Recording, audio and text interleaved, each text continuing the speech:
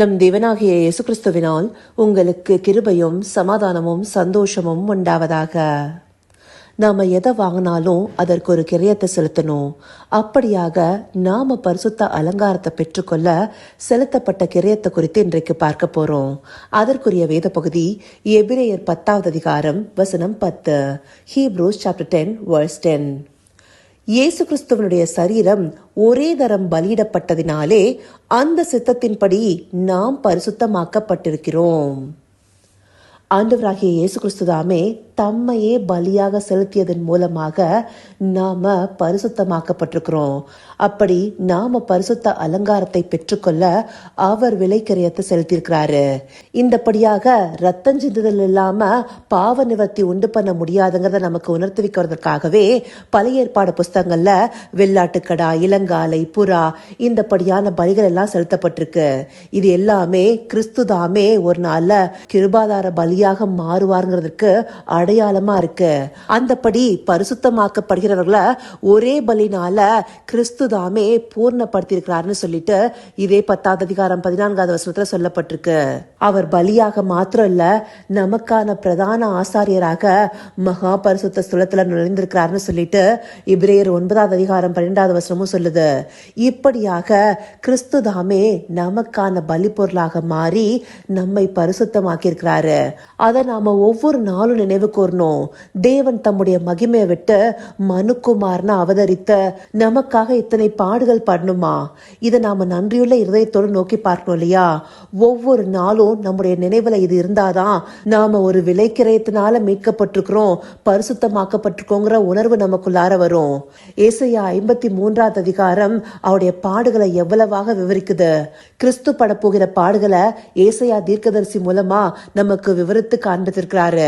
முக்கியமா 53வது அதிகாரம் 5வது வசனத்துல நம்முடைய மீறுதல் நிமித்தம் அவர் காயப்பட்டு நம்முடைய அக்கிரமங்கள் நிமித்தம் அவர் நொறுக்கப்பட்டார், நமக்கு சமாதானத்தை உண்டு பண்ணும் ஆக்கினை அவர் மேல் வந்தது, அவருடைய தழும்புகளால் குணமாகிறோம்.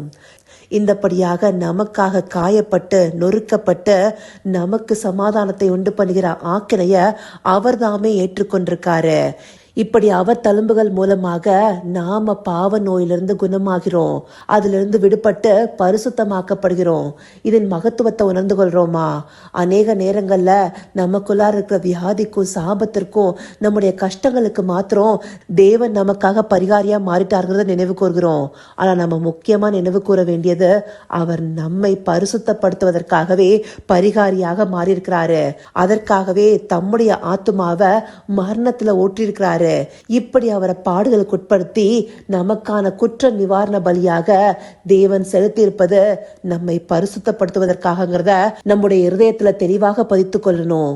ஏசாயா 53வது அதிகாரம் 10வது வசனத்துல கர்த்தரு அவரை நொறுக்க சித்தமாகி அவரை பாடுகளுக்கு உட்படுத்தினார், அவருடைய ஆத்துமா தன்னை குற்ற நிவாரண பலியாக ஒப்பு கொடுக்கும் போது அவர் தமது சந்ததியை கண்டு நீடித்த நாளாயிருப்பார்னு சொல்லப்பட்டிருக்கு.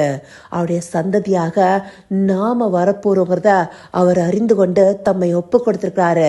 அதனால்தான் சங்கீதம் 22வது அதிகாரத்துடைய கடைசி பகுதியில ஒரு சந்ததி அவரை சேவிக்கும், தலைமுறை தலைமுறையாக அது ஆண்டோடைய சந்ததி என்னப்படும், அவர்கள் அவரே இவைகளை செய்தார் என்று பிறக்க போகிற ஜனங்களுக்கு அவருடைய நீதியை அறிவிப்பார்கள்னு சொல்லப்பட்டிருக்கு. ஏன்னா அந்த நீதியாக இந்த ஜனங்கள் தாமே மாற்றப்பட போகிறாங்க.